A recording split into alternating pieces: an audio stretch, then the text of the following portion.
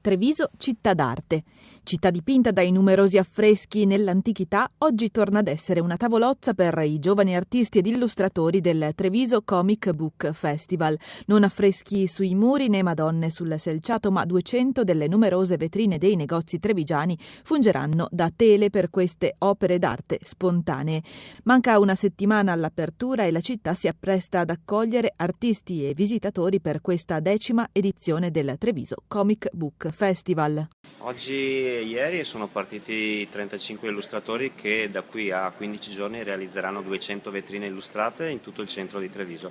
Quindi è motivo di divertimento e di curiosità passare per il centro, riconoscere i nostri illustratori e vedere tutte le vetrine che verranno appunto addobbate per far capire che sta per iniziare l'evento maggiore del festival. L'orgoglio nostro è di aver capito che poteva essere una manifestazione, una particolarità di Treviso appunto promuovere questa cosa delle 100 vetrine. Siamo partiti 3 anni fa con meno di 20 vetrine e 200 ne realizzeremo quest'anno, quindi la crescita è esponenziale. Il festival appunto è cresciuto talmente tanto da essere annoverato tra i primi 5 festival di fumetto a livello europeo. Sono 20 le mostre che presentiamo quest'anno e il festival è diffuso appunto in tutta la città, quindi si possono trovare le mostre nelle gallerie private, in quelle storiche di Treviso e anche nei negozi come si vede passeggiando in centro.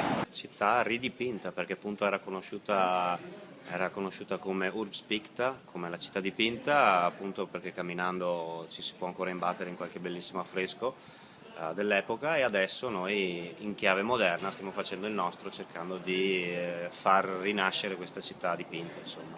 Dal 21 partono le mostre principali, quest'anno la nazione ospite è la Danimarca, ci saranno ben 14 ospiti danesi con tutti i loro seguiti che saranno ospitati nella mostra di Fondazione Benetton a Palazzo Bomben. Oltre a quello ci saranno appunto mostre di artisti italiani e mostre di artisti francesi molto conosciuti a livello internazionale, quindi è proprio un vero e proprio festival internazionale. I commercianti hanno aderito da subito perché hanno capito la potenzialità dell'idea, sono tantissimi i clienti che conoscono un negozio dopo aver visto un artista dipingere la vetrina stessa, quindi è un'idea vincente soprattutto per i commercianti.